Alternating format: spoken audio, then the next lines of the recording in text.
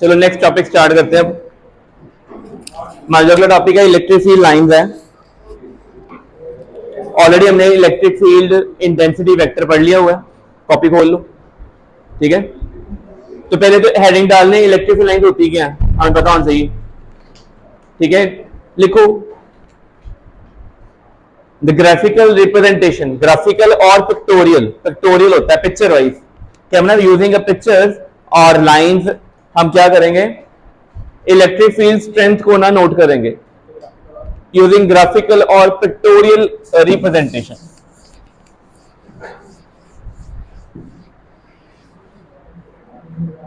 Using graphical और pictorial representation.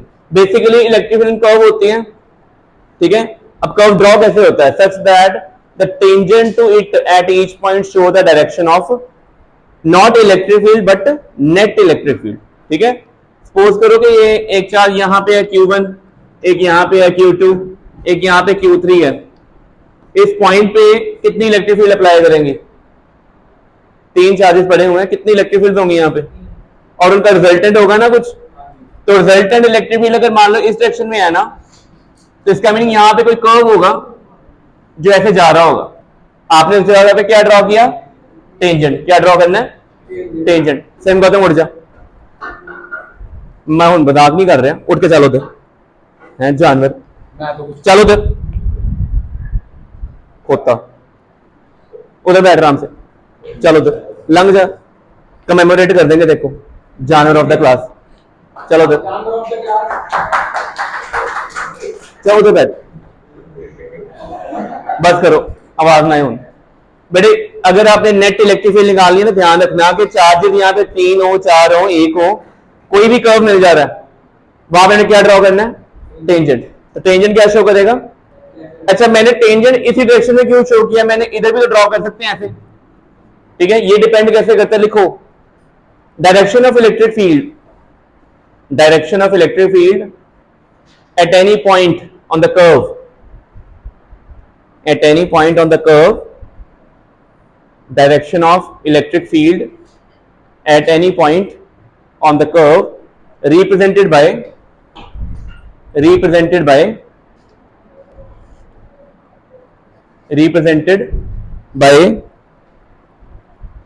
the tangent, represented by the tangent in the direction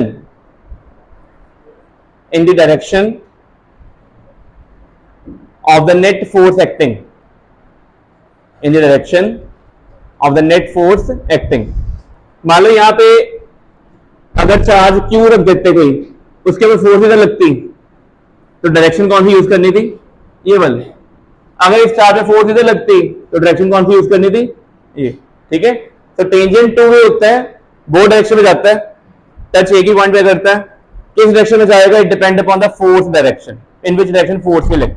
ठीक है, next अब ये ड्रॉ कर लो और ये लाइन लिखो पहले, magnitude of electric field.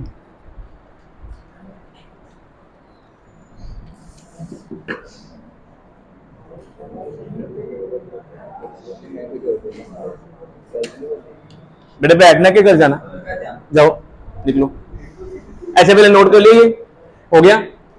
So the magnitude of the field represented by density of field line. Density of field lines का मतलब क्या है, density का मतलब क्लोजनेस। लिख लो, ये लाइन लिखने के बाद डेंसिटी के ऊपर एरो डाल के लिख लो, closeness of the lines. Lines कितनी क्लोज होंगी, फील्ड उतनी स्ट्रांग होगी। लाइंस दूर जाएंगी, फील्ड क्या हो जाएगी, कम हो जाएगी।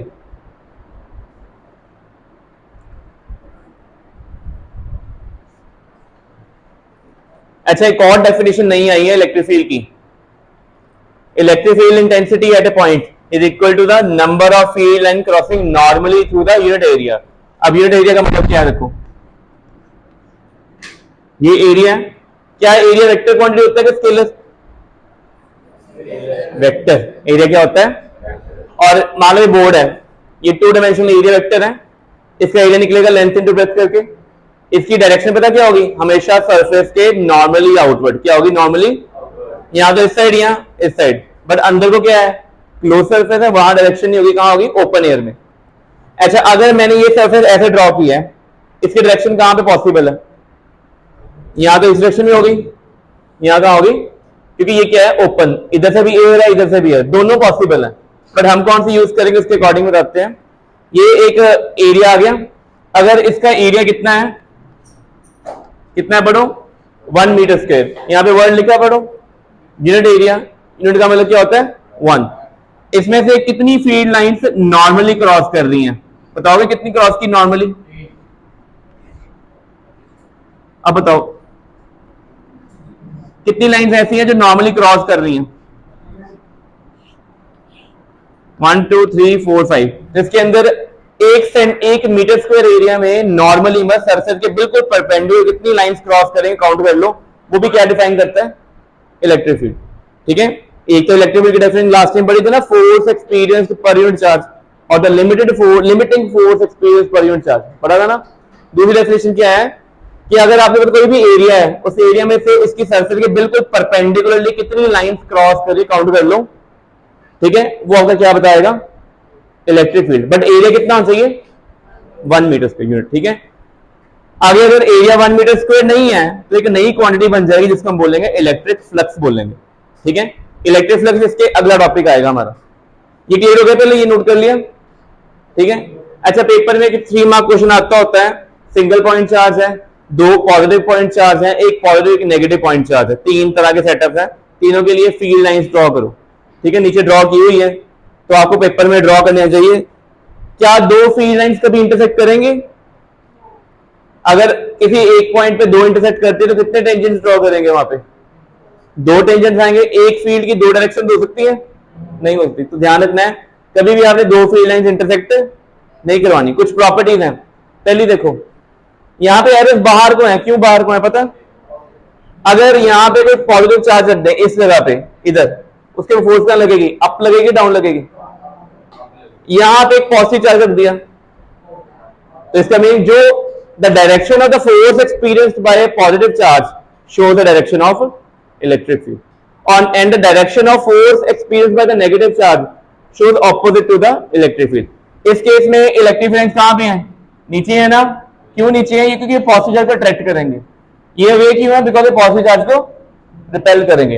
इस केस में आओ, इलेक्ट्रिक लाइन पॉजिटिव से निकल रही है, क्या दोबारा पॉजिटिव में एंटर कर रही है, कहां एंटर कर रही है, क्या इलेक्ट्रिक लाइन क्लोज लूप बनाता है, एक जगह से निकले वापस उसी में एंटर हो जाए, never, electric line never form close loop.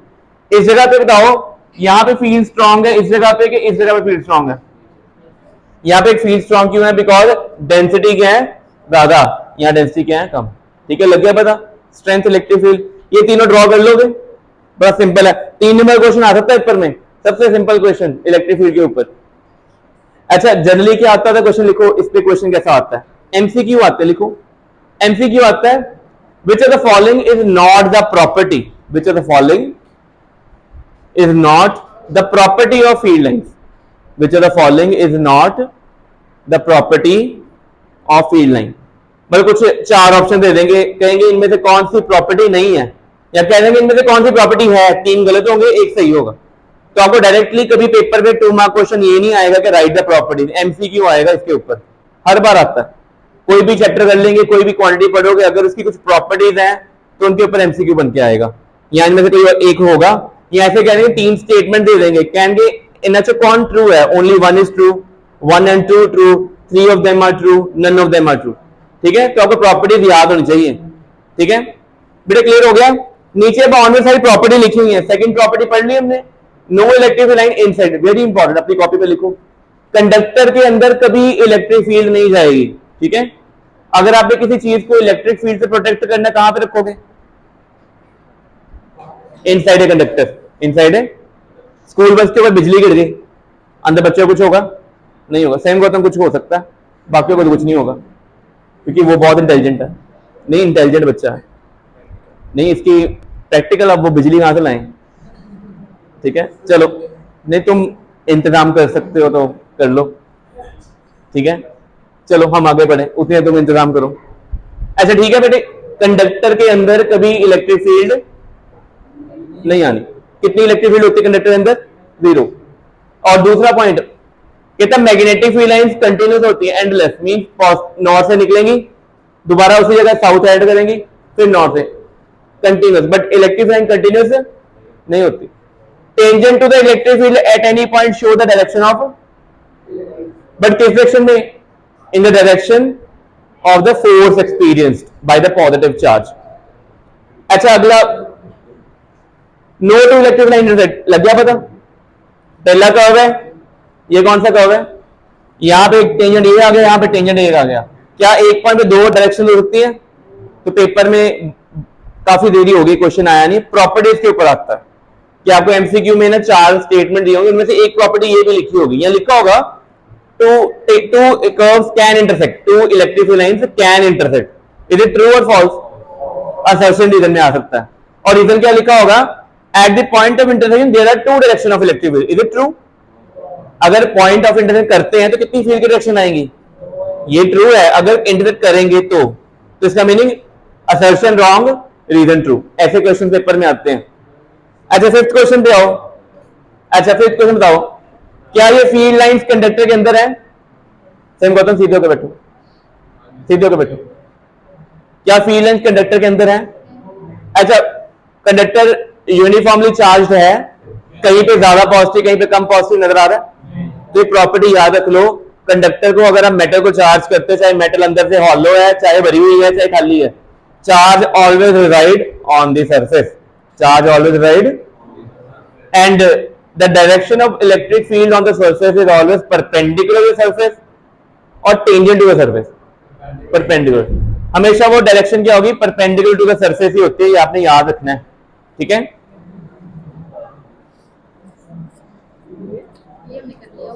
ये करना बेटे, नोट पहले डायग्राम नोट करो ये वाली,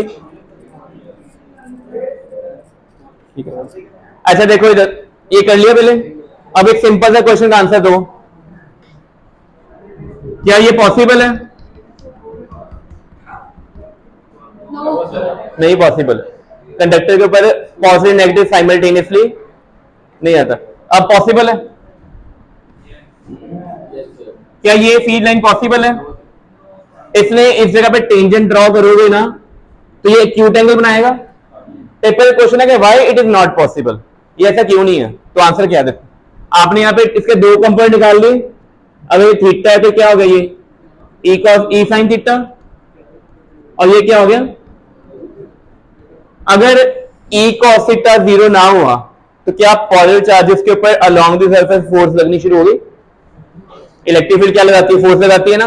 तो क्या पॉजिटिव चार्जेस स्टिल रहेंगे कि मूव करना शुरू कर देंगे? तो फिर इलेक्ट्रोस्टैटिक्स कभी पॉसिबल होगा? इलेक्ट्रोस्टैटिक्स क्यों पॉसिबल है? कि कंडक्टर की सरफेस पे चार्ज हमेशा रेस्ट पे डिस्ट्रीब्यूट होता है। वो क्यों होता है? कोई भी टेंजेंशियल कंपोनेंट मूव करने वाला इलेक्ट्रिक फील्ड का नहीं है। लिखो, why electric field always perpendicular. Diagram draw करो, ये वाली डायग्राम ड्रॉ करो। ये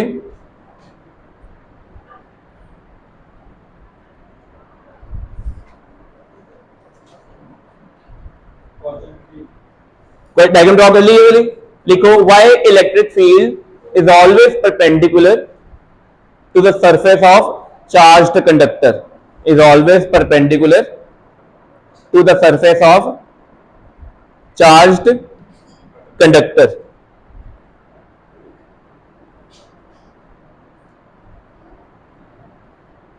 is always perpendicular to the charged conductor. आपने क्या बताना है? पहले डायग्राम ड्रॉ करोगे, लिखोगे क्लियरली ई कॉस थीटा, जो कंपोनेंट ई कॉस थीटा वो क्या करेगा? Will push or pull the charge on the surface, will push or pull the charge on the surface. कौन? ई कॉस थीटा, ठीक है? so therefore charges will never be at rest, therefore charges will never be at rest on the surface of conductor, charges will be never at rest on the surface of conductor। तो इसका meaning real life में हमें कभी electrostatics नहीं मिलेगा, electroscope work नहीं करेगा। ऐसा होता है कभी? इलेक्ट्रोस्टैटिक्स होता है, चार्ज कंडक्टर के पास कुछ ना हो तो चार्ज स्टिल हो जाता है। तो इसका मीनिंग लिखो अगली लाइन में, which is not possible, which is not possible, which is not possible, therefore which is not possible. उससे पहले यही था कि इलेक्ट्रोस्टैटिक विल नॉट अकर। अगर नेचर में मूव करना शुरू करते हैं इलेक्ट्रोस्टैटिक अकर नहीं करेगा, which is not possible, possible नहीं है। थ्योरेटिकली देखा हमने, एक्सपेरिमेंटली भी देखा है कि कंडक्टर के ऊपर चार्ज है तो स्टिल हो जाता है। Therefore electric field have no tangential component, electric field have, therefore electric field has no tangential component along the surface of conductor। ठीक है जी। अच्छा ये डाइपोल है, ये क्या है, टू लाइक चार्जेस हैं, ठीक है। दो लाइक चार्जेस के सेंटर पे इस जगह पे फील्ड है नहीं है ना, क्यों नहीं है? बिकॉज इसकी फील्ड इस डायरेक्शन में होनी है, इसकी फील्ड इस डायरेक्शन में होनी है। आंसर कितना आना सेंटर पे, क्योंकि आइडेंटिकल है, ठीक है। बट क्या इसमें जीरो आना है, ठीक है।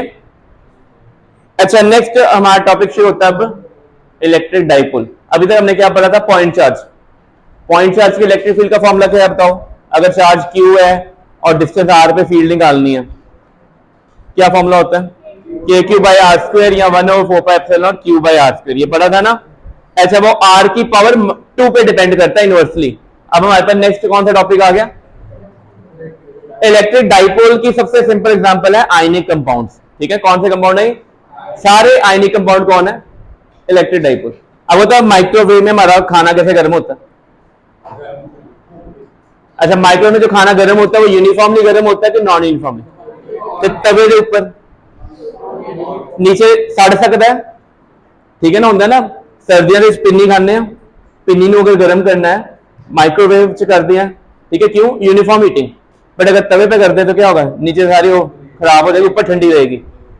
माइक्रोवेव के विच गर्म कितना होता है देखो, ड्यू टू वाटर मॉलिक्यूल। ध्यान रखना, वाटर मॉलिक्यूल आयनिक होता है कोवलेंट होता है? But it has ionic character. पढ़ा ना प्लस वन में, फजन रूल्स पढ़े हुए ना, आयनिक character of covalent bonds. Polar nature है ना उसकी, तो polar nature it just behave like a dipole. Exactly dipole नहीं है बट कैसे बिहेव करता है। अब ये डाइपोल्स हैं, डाइपोल को आपने एक्सटर्नल फील्ड में रखना है। अभी टॉपिक हमारा यही चलेगा, मैं इसलिए बता रहा हूं जो हमने पढ़ना है। अगर आपने इलेक्ट्रिक डाइपोल को एक्सटर्नल फील्ड में रखा ना, वो घूमना शुरू कर देता है, इट स्टार्ट रोटेटिंग। ध्यान रखना, आगे पढ़ेंगे। अगर डाइपोल के ऊपर क्या लगा दी, इलेक्ट्रिक फील्ड लगा दी, उन्हें की करना शुरू कर देना। अगर रोटेट करेगा तो उसकी एनर्जी इंक्रीज करेगी डिक्रीज करेगी? डिक्रीज करेगी। तो वो गर्म हो जाएगा मॉलिक्यूल के, ठंडा रहेगा। हमारा जो फूड होता है 90% किसका बना होता है? पानी का बना हुआ। माइक्रोवेव जो एनर्जी प्रोवाइड करती है, इलेक्ट्रिक फील्ड लगाती है, एनर्जी प्रोवाइड करती है, वो वाटर के मॉलिक्यूल को क्या करती है? क्या आप देखा कभी कि जो आपने ईटेबल आइटम रखी थी उसकी शेप में कभी चेंज आया हो? ओवन में, माइक्रोवेव में शेप में चेंज आता है? नहीं आता। कभी आता है शेप में चेंज? नहीं। उसके मॉलिक्यूल्स क्या करते हैं, रोटेशन में सेट हो जाते हैं। बट क्या वो वर्क कर रहे हैं कोई? तो कोई भी एनर्जी ट्रांसफर है जो वर्क नहीं हो रहा, सारी एनर्जी कहां जाएगी? हीट में, और गर्म हो गए, ठीक है। कंसेप्ट बिहाइंड माइक्रोवेव क्या है? इलेक्ट्रिक डाइपोल इन एक्सटर्नल इलेक्ट्रिक फील्ड, ठीक है। समझ लगी पहले? तो रियल लाइफ में हम डेली ये चीज यूज कर रहे हैं ना माइक्रोवेव में, तो वो काम किसके ऊपर करती है? अच्छा अगर आपने कोवलेंट बॉन्ड के ऊपर, कोवलेंट कंपाउंड जिसके ऊपर डाइपोल नहीं है, जिसके ऊपर कोई चार्ज सेपरेशन नहीं है, कोई पोलर कैरेक्टर नहीं है, आपने उसके ऊपर इलेक्ट्रिक फील्ड लगा दी, कुछ नहीं होना, ठीक है। माइक्रोवेव ओवन में रेडिएशन होती है ना सारी, एक्चुअली वहां पे क्या है? इलेक्ट्रिक फील्ड है सारी। With the help of electric field हमारा फूड गर्म होता है, ठीक है। अब पहले हेडिंग डालो, इलेक्ट्रिक डाइपोल। डाइपोल में क्या क्या चीजें होती है, डायग्राम ड्रॉ करनी, लिखना कुछ नहीं है। एक क्या है, सेम गौतम लिखो, एक नेगेटिव क्यू है, एक क्या है, पॉजिटिव क्यू, ठीक है। अच्छा इनमें सेपरेशन कितनी लिखी हुई है, लर्न कर लो। कई ऑथर्स ने बुक में, आप कहीं से पढ़ोगे, कहीं 2L लिखवाएंगे, कहीं 2A लिखवाएंगे, कहीं 2X लिखवा देंगे, ठीक है। जनरली 2L या 2A लिखा जाता है, ठीक है। तो आपने याद रखना ये कितना डिस्टेंस होगा, 2A। ये सेंटर को क्या अज्यूम करना आपने, नक्की दो बैठ जा, उठ जा बेटे, फ्रंट पे आ जा, जल्दी आ जा, कॉपी लेके आ जा। सेंटर की है, हाँ ओरिजिन। सेम कहता हूं ना बोली, नीचे चंगा लगता, हाथ जोड़े तेरे अगे, मेरे को गलती हुई मैंने क्षमा कर दी, हूं ना बोली। सेंटर पे की है, जब बस सेंटर पे क्या है, ओरिजिन। आपने हमेशा याद रखना है कि डाइपोल के सेंटर पे ओरिजिन ही ज्यूम करना है। ये डिस्टेंस कितना है, ए है, वो कितना है, ए माइनस क्यू। अच्छा डाइपोल के कॉरेस्पॉन्डिंग एक क्वांटिटी होती है डाइपोल मोमेंट। डाइपोल मोमेंट की डायरेक्शन क्या होती है, नेगेटिव टू, ये जो एरो नजर आ रहा है किसका है, डाइपोल मोमेंट का, ठीक है। अच्छा ये डायग्राम ड्रॉ कर ली सभी ने, ऊपर लिखना हेडिंग डालनी, लिखना कुछ नहीं है, नोट में सब कुछ लिखा हुआ है। अच्छा कुछ चीजें देख लो, टोटल चार्ज कितना था डाइपोल पे, 0, but this does not mean that the field of the dipole is 0। Dipole के ऊपर टोटल चार्ज 0 है। आपको पेपर में क्वेश्चन आ लिखो, क्वेश्चन लिखो, can there be configuration of charges, can there be a configuration of charges, there be configuration, configuration लिख लो, setup लिख लो, कॉन्फ़िगरेशन नहीं लिखना, सेटअप लिख लो। Can there be setup of charges having net charge 0, having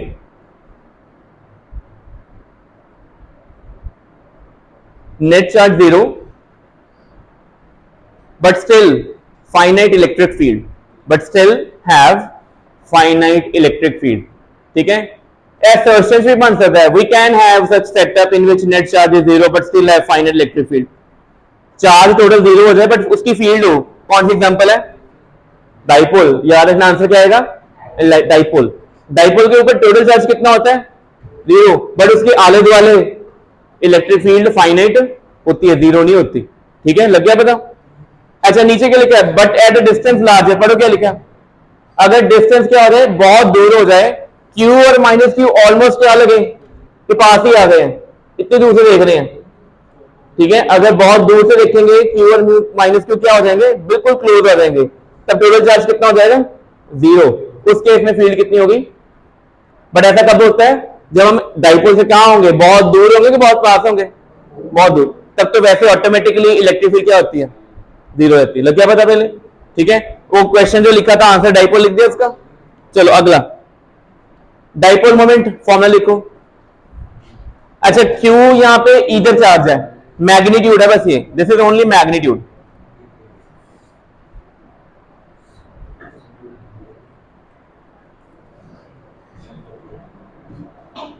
चलो Q into 2A लिख लिया, और डायरेक्शन देखो P कैप लिखा हुआ है, साइड में लिख लो from negative to positive charge, from negative to positive charge,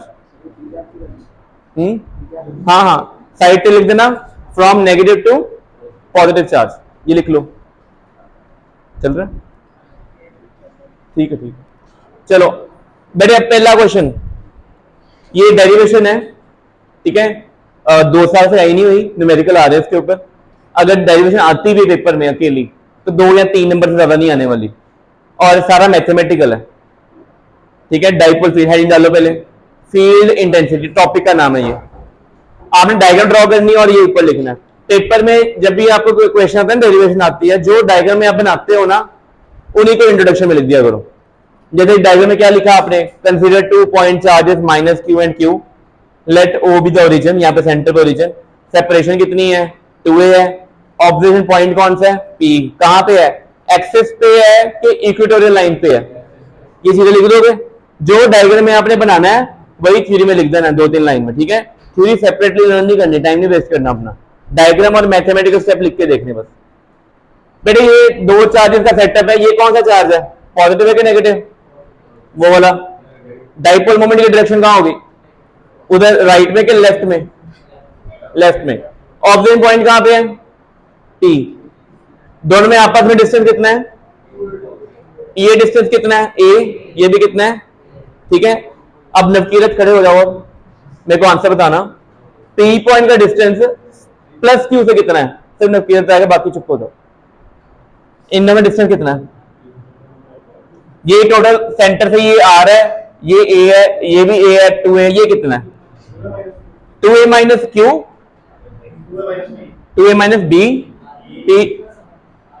R minus A, कितना आना है, देखो तो यहां से बेटे, यहां से यहां तक डिस्टेंस कितना है, R है ना, और यहां से यहां तक कितना है, तो ये कितना आएगा, R माइनस A, ठीक है। खुशदीप अब आप बताओ माइनस Q से कितना डिस्टेंस है P तक का, यहां से यहां तक,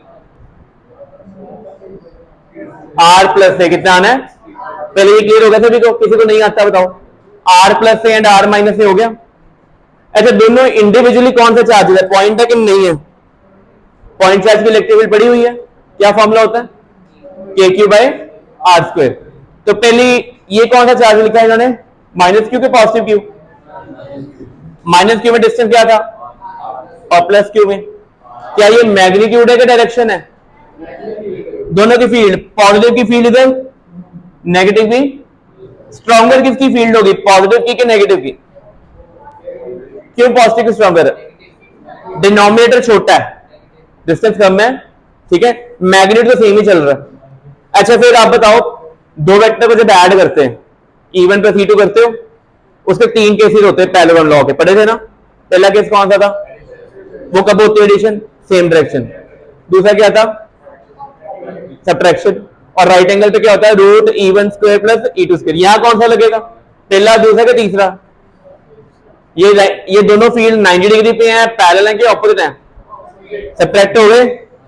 इसके बाद आप सॉल्व कर सकते हो इनको, डायग्राम ड्रॉ कर ली सभी ने, डायग्राम ड्रॉ करो, लिखो जल्दी और सॉल्व करो। यहां पे स्टेप छोड़ा हुआ है, ये वाला एक स्टेप लीव किया हुआ है, आज जल्दी से कॉपी पे सिंपलीफाई करो एलसीएम लेके, क्या ये बनता है आपका, देखो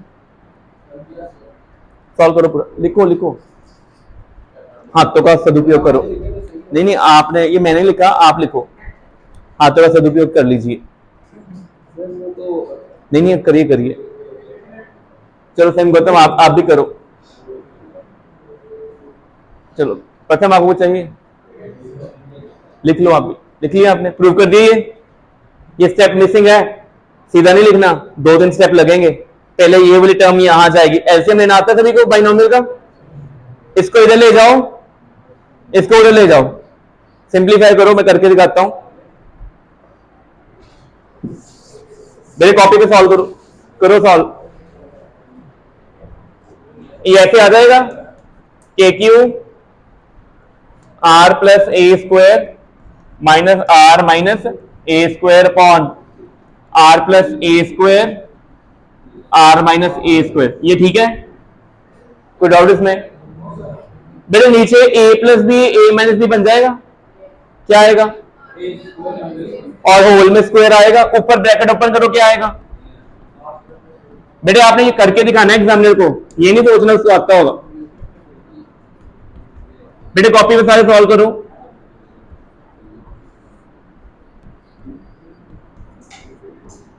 करो नोट, न्यूमरेटर में जो कैंसिल होता है करो, कोई बात,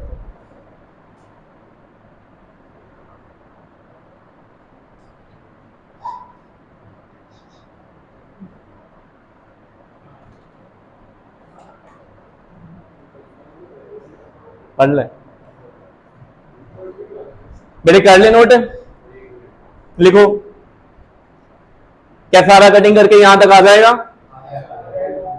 अच्छा डाइपोल मोमेंट का फॉर्मूला क्या था, Q इंटू 2a, क्या था, क्या यहाँ पे Q है, 2a भी एडजस्ट हो जाएगा, अच्छा ये आंसर बन जाएगा, चलो बस कंट्रोल योर इमोशन, ठीक है, अपने अपने मुंह का सदुपयोग करो, ठीक है, चलो कर ले, क्या हो गया, चलो बेटे यहां पे नोट कर लिया आपने, ये देखो, और तपीश आगे देखो, अच्छा ये क्या लिखा है, ये क्या मतलब है, ये कौन सा केस होता है, शॉर्ट डाइपोल, लिखो इसके ऊपर, यहां पे लिखो शॉर्ट डाइपोल, क्या लिखना है, शॉर्ट डाइपोल का मीनिंग होता है कि ए एज कंपेयर टू आर बहुत कम है, जनरली ए होता है मीटर्स में, आर सॉरी मीटर्स में होता है, ए होता है मिलीमीटर में, अगर आर मीटर में और ए मिलीमीटर में है, we can neglect a square, यहां तक आ जाएंगे, ये फॉर्मूला आपने लर्न करना है, इसके बाद यहां तक बनाओ, बनाओ जल्दी लिखो,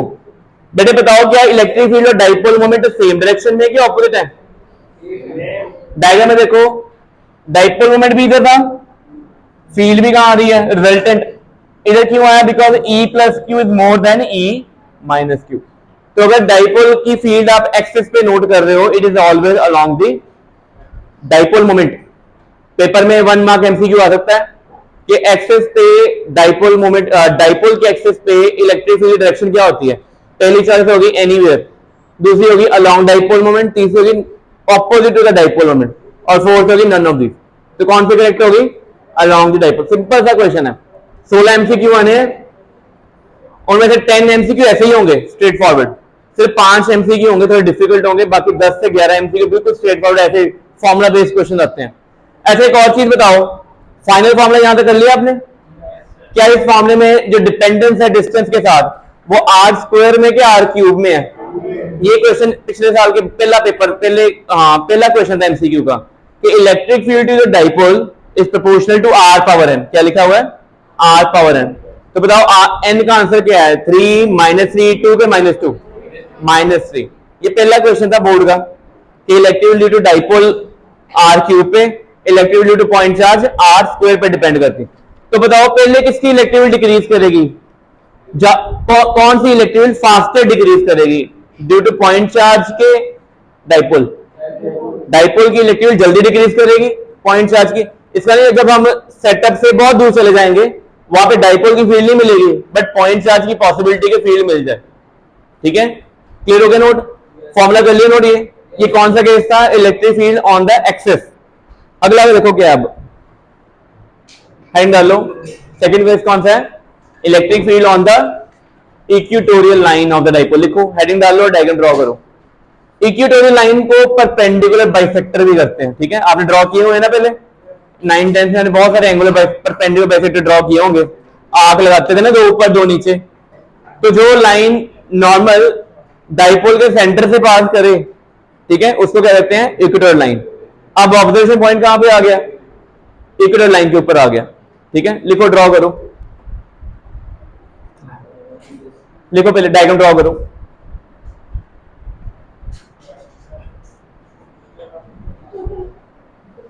सीधा हो जा। गौतम क्या चाहिए तुम्हें? नहीं अब अच्छा, तुम अपने पेन से काम करो, उसको देखो। सीधा होकर बैठ यार बेटा, सीधे हो जा, सीधे हो जा, सीधे हो जा। गौतम बस बस बस, कंट्रोल योर इमोशंस, भावनाओं में नहीं बहना। ठीक है बेटे, नोट करो। चलो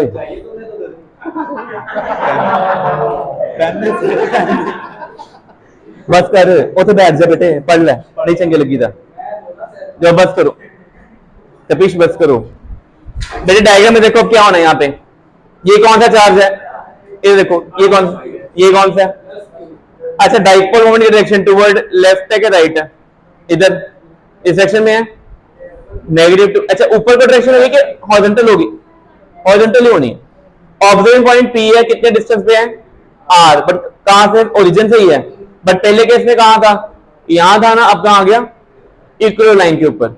इस जगह पे कितनी इलेक्ट्रिक फील्ड लगेगी? पॉजिटिव चार्ज की फील्ड अवे लगेगी, अवे। नेगेटिव कहां लगनी है? टुवर्ड। ये ठीक हो गया? पहले दो फील्ड, क्या दोनों फील्ड आइडेंटिकल होंगी इस केस में कि डिफरेंट होंगी?